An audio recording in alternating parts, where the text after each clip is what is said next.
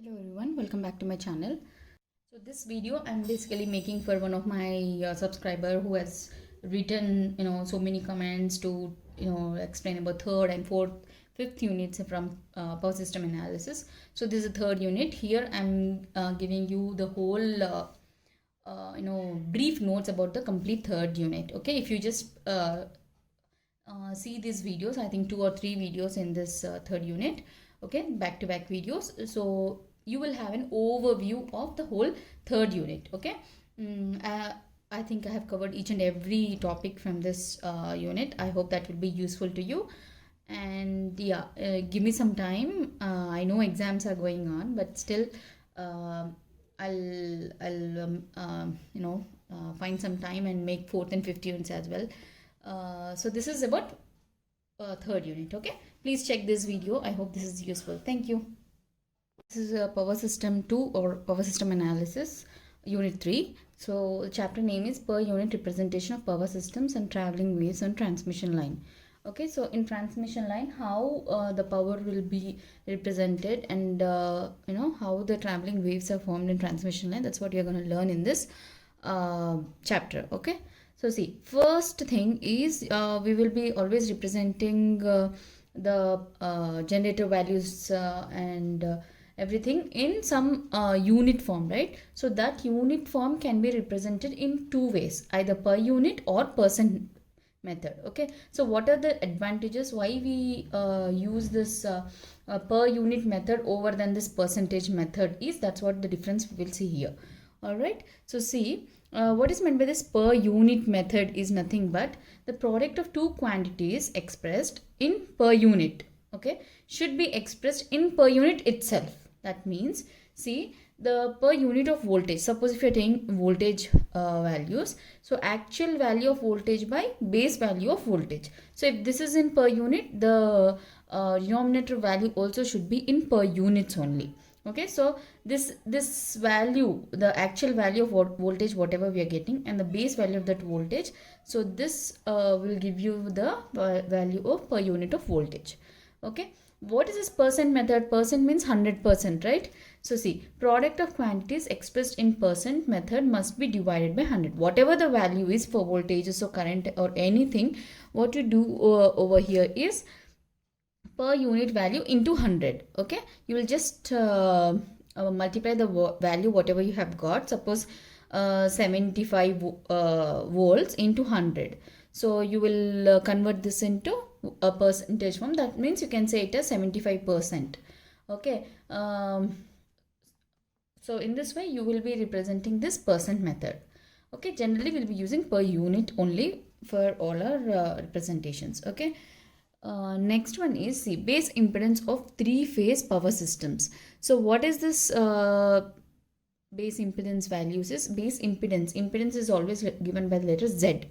Okay, so Z base value, I think this green color is little you are unable to see it. Okay, yeah, line to line base in kV whole square divided by three-phase base MVA. So these are the ratings of the power systems. Okay, so line to line base by three-phase base. So this is nothing but ohms by phase value. This line to line base is nothing but it will be in form of resistor, that is ohms, and this is the phase, three-phase network, three-phase value. So ohm by phase. Okay, now see, what is meant by this base impedance, base current, base voltages, everything we say, right? This base. So why do we use actually this base values is nothing but, see here, what is the need for these base values? So in transformers, synchronous generators, synchronous motors, etc., we they will be operated at various levels of voltages, currents and power, right? This will be we'll operate in different voltages, we'll give different voltages, different currents, different powers will be given to this, right? So in order to have the convenient understanding of this power system analysis in this, if the ratings of these quantities are expressed in the form of base values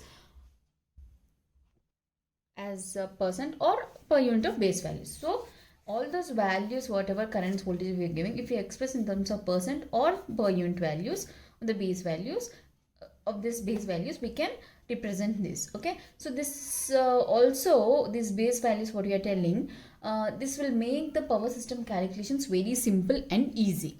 Okay, so hence the base values are needed to convert the actual values of voltages, current, power and impedance of power system components into per unit or percent. So whatever the voltages, current, power, impedance are there, we will convert them into percent or per unit just for easy calculations. Okay, easy understanding, easy to, just to make it simple and easy. All right, so this is about why we use this base values. You can simply say we are using that to make it simple and easy, all the power system calculations.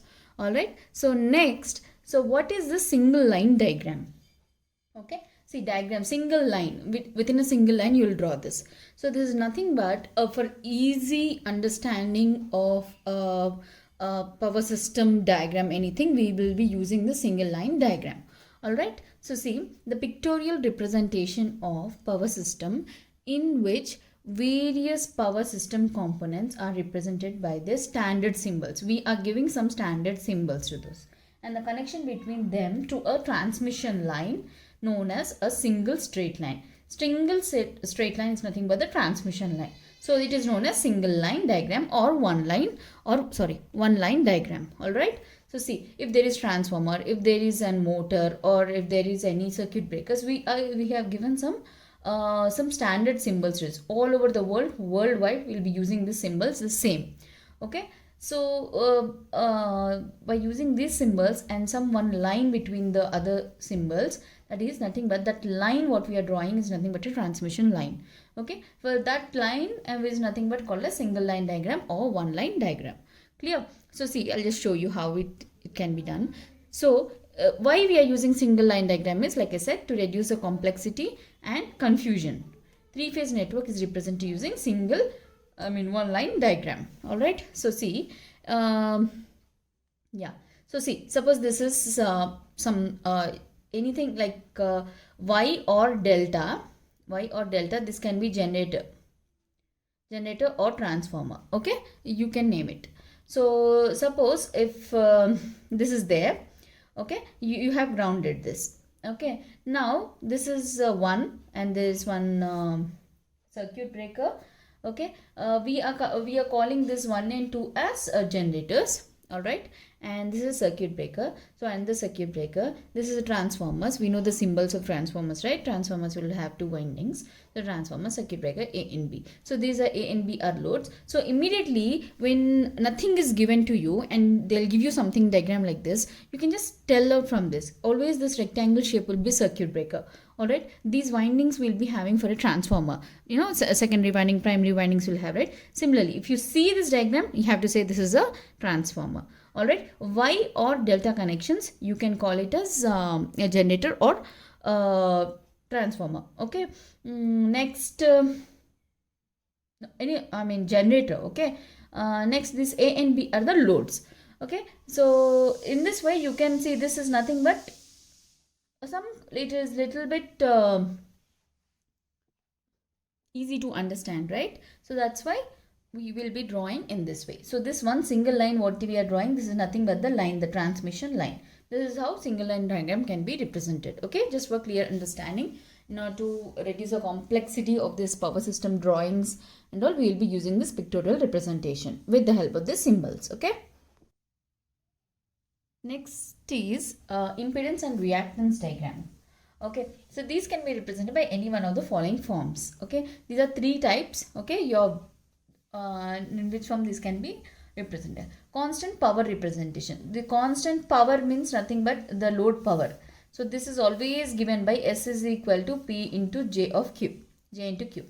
Constant current representation. Load current. I is equal to S by V. Okay, this is nothing but P minus JQ. S is here, P plus JQ. Here either S of star representation, P minus JQ by V. So this, if you convert it to polar form, I and the angle of alpha minus phi. Sorry, yeah, this is for load current. You have to remember these formulas, that's it. Okay, now constant impedance representation. So impedance is nothing but load impedance. Impedance by letter Z. Z is equal to V by, Z is also V by I. just like R, okay, R is V by I, Z is V by I. So this is V square by P minus JQ. All right. So this is about, see, this is nothing but I means, what did I say? I is P minus JQ by V. I is P minus JQ by V. Already this V is there. If it goes to numerator, this will become V square by P minus JQ. Okay, that is how we got this. Next, the following are helpful for impedance diagram. What points you have to consider to for impedance diagram are, see, a voltage source in series with impedance. If it is in series with impedance, that is resistance or reactance, it is replaced by generator. If there is a generator, you can replace it with the help, with some impedance, that is nothing but resistor or reactance, just to simplify the system. Okay, short and transmission lines are represented by series impedance. If there is a short transmission line, you can just draw like a series impedance. Okay, if there is medium and long transmission lines, it is represented by nominal pi circuits. You know, right, pi circuits and all, how to draw. There's one video regarding this in my channel. Please check back that. So if there are very long transmission lines, by equivalent pi circuits. Remember, for short lines, series impedance. Okay, for medium and long lines, nominal pi. For a very long transmission lines, it is equivalent pi. Nominal pi, equivalent pi. Just remember this. All right. All those points are for impedance diagram. For reactance diagram, there is neglect all resistance. If there is resistance, you will just remove that. Okay, in all the equipments. Uses of this reactance diagrams is for fault calculations. Will be using this. Uses of impedance diagram is load flow. For any load flow solutions and all, will be using this diagrams. All right. So see here, I'll show you an example now. All right. Yeah. So see, if there is a generator, one transformer, second transformer, load, and this is single line network. Clear? Single line diagram. Now we'll convert it into per unit impedance diagram and per unit reactance diagram. So see what I said, the generator. Generator will be replaced by a resistor and a reactance. Resistor and reactance. Okay. And transformers also resistor inductor. This one is in the form of transformer reactor. Load is given here. Load is given here. This is line. Sorry, the line network is given by resistor and reactance. This one is also given here. Load is always RL. So this is load. I hope this is, yeah. So and in between, what I said, it should be nominal T network, right? So this is a T1. This is also a T network. So here in between, you'll be giving one capacitors. All right. So this whole thing with the voltage source over here, this is called nothing but a generator. So this is how single line diagram is converted into per unit impedance diagram in this way. So per unit reactance, what did I say? In reactance, I said, right, neglect all resistance. Similarly, here, neglect all these resistances. Just remove these resistors and draw over here. See, instead of resistor, just inductor. Here in load, you'll be having both. That means R plus JX value, R plus JX, right? So you can some value over here. So this is our generator will be, you just remove this resistor over here and you'll just draw the inductance. So this is a generator. So this is per unit reactance diagram. I hope this is clear. Just remove the reactances and the capacitors will not be there. Just directly you will draw this. Okay. This is how you, the diagrams, single line diagrams per unit impedance and per unit reactance are drawn. I think this is clear.